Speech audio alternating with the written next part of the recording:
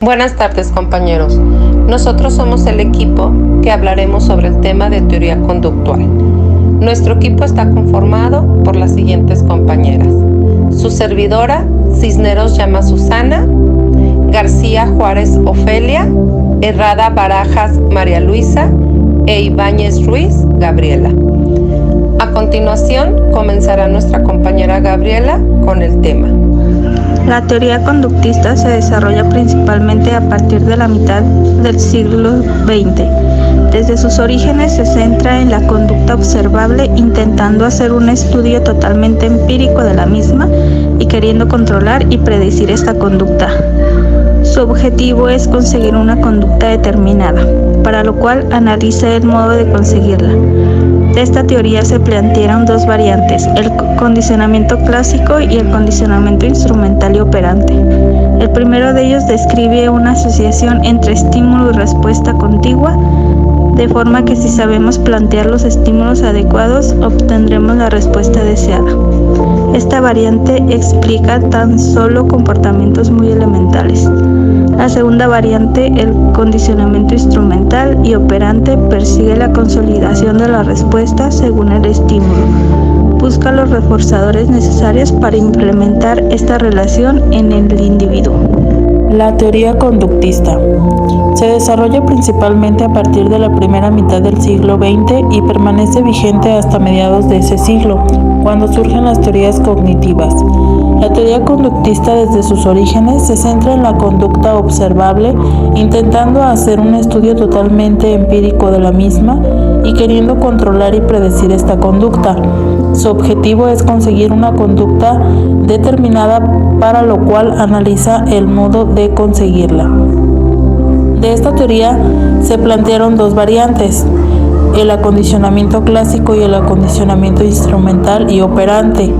El primero de ellos describe una asociación entre estímulo y respuesta, de forma que si sabemos plantear los estímulos adecuados, obtendremos la respuesta deseada. La segunda variante, el acondicionamiento instrumental y operante, persigue la consolidación de la respuesta según el estímulo, buscando los reforzamientos necesarios para implantar esta relación en el individuo. Para las teorías conductistas, lo relevante en el aprendizaje es el cambio de la conducta observable de un sujeto, como éste actúa ante una situación particular. La teoría conductista se basa en las teorías de Ivan Pavlov. Se centra en el estudio de la conducta observable para controlarla y predecirla. Su objetivo es conseguir una conducta determinada. Propone que la base fundamental de todo proceso de enseñanza-aprendizaje se halla representada por un reflejo condicionado, es decir, por la relación asociada que existe en la respuesta y el estímulo que provoca. Algunas presuposiciones del conductismo son que el conductismo es natural. Esto significa que el mundo material es la última realidad y todo puede ser explicado en términos de leyes naturales. El hombre no tiene alma y no tiene mente, solo un cerebro que responde al estímulo externo. El conductismo enseña que el hombre no es nada más que una máquina que responde al acondicionamiento. En la teoría conductista, sus principales filósofos son Ivan Pavlov, Watson, Edward y Skinner. Buenas tardes, compañeros. A su servidora le tocó lo que se refiere a los tipos de aprendizaje en la teoría conductual. Vamos dando más o menos un concepto de qué se trata estos tipos de aprendizaje, que nos dice que en general el aprendizaje dentro de la teoría conductual se define como un cambio relativamente permanente en el comportamiento, que se refleja una adquisición de conocimiento o habilidades a través de la experiencia, es decir, se excluye cualquier cambio obtenido por simple maduración. Estos cambios en el comportamiento deben ser notablemente objetivos y por lo tanto deben poder ser mediados. Comenzando con la clasificación de los tipos de aprendizaje en la teoría conductual, en primer lugar tenemos el condicionamiento clásico. Este es el proceso a través del cual se logra un comportamiento con una respuesta que antes ocurría tras un evento determinado, estímulo. Ocurre tras otro evento distinto, El condicionamiento clásico fue descrito por el fisiólogo ruso Iván Pavlov en 1849 y 1936. Este realizó estudios con animales. En sus investigaciones asoció el ruido de una campanilla, que era un estímulo neutro, a la comida, con un estímulo incondicionado de un perro, y logró que el perro salivara al escuchar la campanilla, que transformó en un estímulo condicionado. A continuación podemos ver algún ejemplo en esta imagen, donde nos dice primero que está la comida, que es un estímulo incondicionado, y la respuesta es una salivación. Posteriormente está la campana, que se denomina como un estímulo neutral, donde no hay salivación, que es una respuesta no condicionada. Durante el condicionamiento, la campana más la comida es un estímulo incondicionado, pero la respuesta es la salivación, que es una respuesta incondicionada. Después del condicionamiento tenemos que la campana es un estímulo condicionado y la salivación es una respuesta condicionada. Posteriormente tenemos como segundo lugar el conexionismo. El conexionismo fue propuesto por Edward Thorndike en 1874 y 1949, quien plantea que la forma más característica del aprendizaje, tanto en animales inferiores como en hombres, se produce por ensayo y error o por elección y conexión, como lo llamó más tarde. Sus principales experimentos fueron con gatos. Por ejemplo, el poner un gato hambriento encerrado en una caja con un mecanismo oculto que se mueve por medio de una palanca. Si el gato manipula correctamente la palanca, la puerta se abre y el animal alcanza la comida que está afuera. Podemos observarlo en la siguiente imagen, más o menos se trató de representar. En tercer lugar tenemos el condicionamiento operante.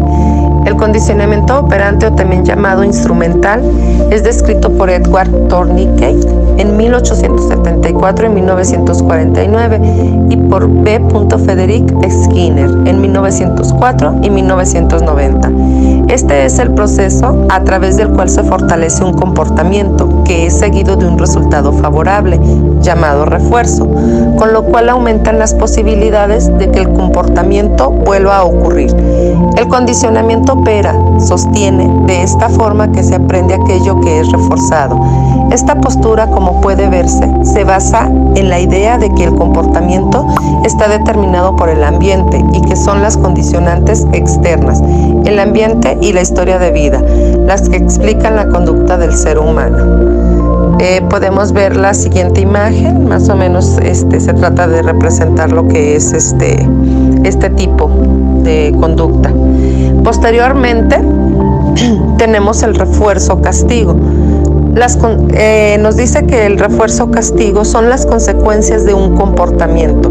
Puede aumentar la probabilidad de ocurrencia de la respuesta, que le vamos a llamar refuerzo, o disminuir la probabilidad de que se repita, a lo cual le vamos a llamar castigo.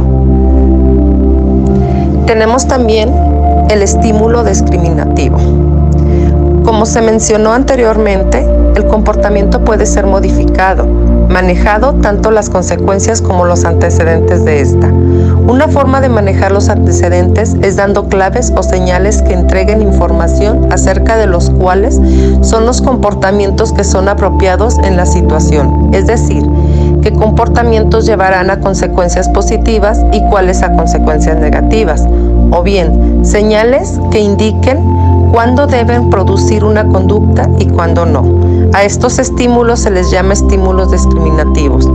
Por ejemplo, el inspector parado en el pasillo a la salida de clases es un estímulo discriminativo para la emisión de la conducta de no correr, empujarse ni gritar por parte de los alumnos. Tenemos esta imagen que nos representa este tipo de conducta a continuación. Tenemos también otro tipo de conducta, que es el aprendizaje social. El aprendizaje ocurre gradualmente en la medida en que se asocian estímulos con respuestas o acciones con consecuencias. Enfatizan el rol del comportamiento observable, descartando aquellos procesos no observables de la persona, como los pensamientos o los sentimientos. Tenemos esta imagen tratando de representar este tipo de conducta. Y por último, tenemos el aprendizaje y motivación. Los procesos de motivación, los cuales determinan el proceso de modelamiento. Esta motivación puede provenir desde 3 grandes tipos de incentivos, los cuales son los directos, los vicarios y los autoproductivos. Bueno, aquí tenemos unos ejemplos de la teoría del conductismo. La primera es premiar la intervención.